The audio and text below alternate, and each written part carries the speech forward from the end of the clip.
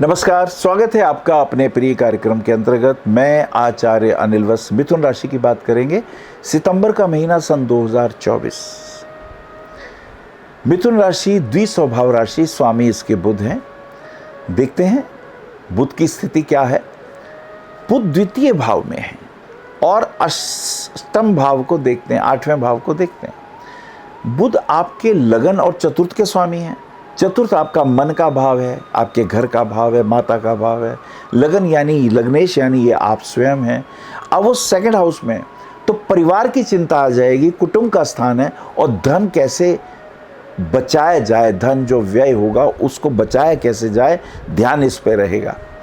और विचारों की तो ऊहापोह बहुत रहेगी, मैं ये करूं या ये करूं, मेरे लिए क्या ठीक है। मंगल लगन में आया हुआ है। मंगल आपका 6ठे भाव का स्वामी और 11वें भाव का स्वामी है। मिथुन लगन के लिए मंगल बहुत शुभ नहीं होते। षष्ठेश रोग रिपु ऋण और 11वां भाव भी रोग रिपु ऋण ही, क्योंकि भावात भावम है। हाँ, आर्थिक दृष्टिकोण से लाभ हो सकता है आपको, लेकिन ये मंगल टेंशन देगा, सर में दर्द होगा। कोई ना कोई ऐसी घटना पारिवारिक हो जिससे आपको टेंशन हो जाए, तो ये मंगल वहाँ पर तकलीफ ही देगा। मंगल चौथी दृष्टि से देखेगा चतुर्थ भाव को, जहाँ शुक्र और केतु ऑलरेडी हैं।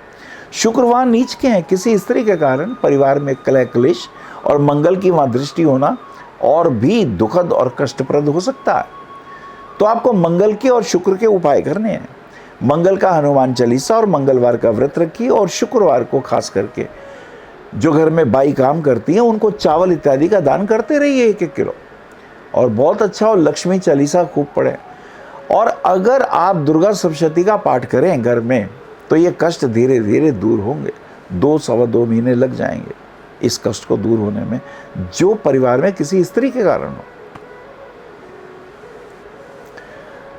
अब मंगल का बुध का उपाय तो हो गया। सूर्य चंद्र की स्थिति देख लें। सूर्य तृतीयेश होकर तीसरे भाव में बहुत बल और सामर्थ्य देंगे आपको। घबराइए नहीं, विपरीत परिस्थितियां भी आपकी हिम्मत और धैर्य से ठीक होने लगती हैं। सूर्य तीसरे घर में पराक्रम की वृद्धि करते हैं। चंद्रमा द्वितीयेश होकर तीसरे भाव में है। अगर द्वितीयेश तीसरे भाव में आता है तो आप अपने परिवार के बीच में रहकर और उसके मनोबल को बढ़ाने का उपयोग कर सकते हैं। कष्ट तकलीफें तो आती रहती हैं, क्योंकि शनि भी आस्पेक्ट कर रहे हैं। शनि मिथुन लगन के लिए अष्टमेश होकर शुभ नहीं है, लेकिन भाग्येश होकर तो शुभ है। भाग्य आपका साथ देगा। अगर आप ईमानदार, नियत सही है, तो कष्ट धीरे धीरे दूर होंगे। शुक्र केतु का कॉम्बिनेशन चतुर्थ भाव में है इस बार। शुक्र आपके पंचमेश भी हैं। पंचम भाव संतान का आपका, वो अपने से 12वें नीच का है। संतान को कष्ट तब तक रहेगा जब तक शुक्र तुला में नहीं आ जाते।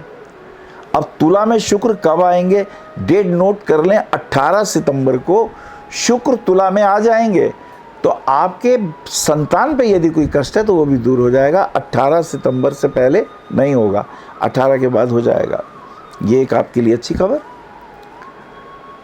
केतु और राहु का एस्पेक्ट कष्ट पैदा करता है, तो राहु केतु के लिए भगवान शिव की आराधना, शिवलिंग के ऊपर जल चढ़ाइए।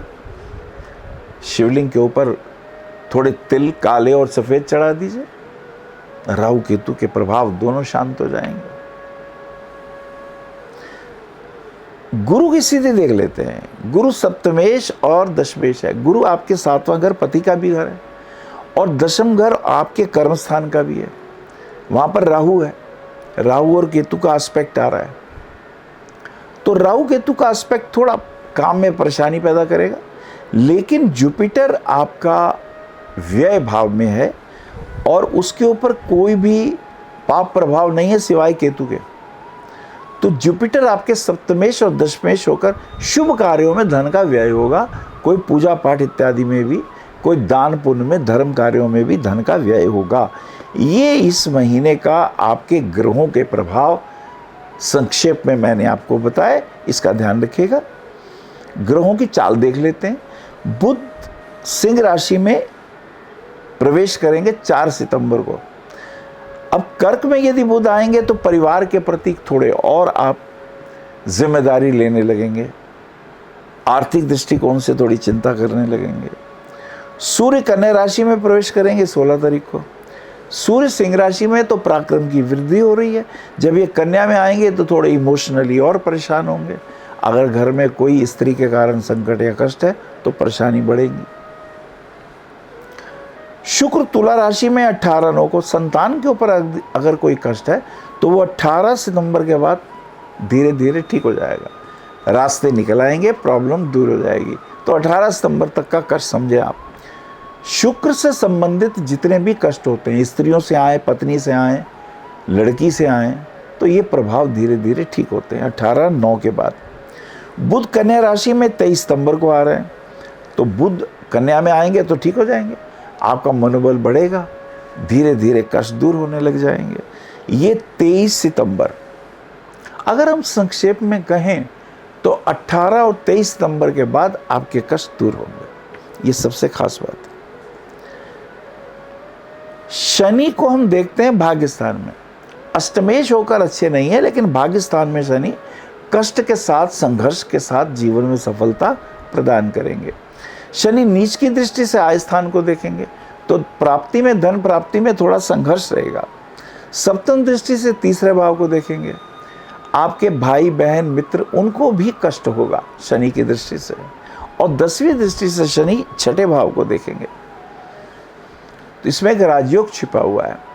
अगर अष्टमेश छठे स्थान में आ जाए तो एक सरल योग होता है, आपकी सरलता के कारण आपको बहुत कुछ लाभ भी होगा। श्राद्ध पक्ष को देख लेते हैं। 18/9/24 से प्रारंभ है और 2 अक्टूबर तक रहेगा। अपने पितरों के निमित्त कुछ दान पुण्य करना, तर्पण इत्यादि करना, जलांजलि देना, ब्राह्मण को भोजन कराना, दक्षिणा देना, ये कृत्य आप कर सकते हैं। मिथुन चूंकि राशि है तो पन्ना एक पहन लीजिए छोटी उंगली में, 6.25 रत्ती का आपके लिए अच्छा है। और एक ओपल ज़रूर पहनिएगा 10 साढ़े 10 कैरेट का, अगर फायरी हो तो वो आप मिडिल फिंगर में पहन सकते हैं। दुर्गा सप्तशती का पाठ बहुत अच्छा है और विष्णु सहस्त्रनाम का पाठ सुनना आपके लिए सभी कष्टों को दूर करने की सामर्थ्य रखता है। नमस्कार। आप आचार्य श्री अनिल वत्स जी के आध्यात्मिक प्रवचन, ध्यान व ज्योतिष संबंधी मासिक राशिफल फेसबुक, यूट्यूब, www.astroanilvats.com पर भी देख सकते हैं। For appointment Bhavishya Kathan Monday to Saturday 11 AM to 6 PM, BE 279, street number 6, Harinagar, new Delhi 110064। Phone number 9891739999, 98181 89993, 98108870002, 88600063030। Website www.bhavishyakathan.com, Acharya Anil Vats @gmail.com।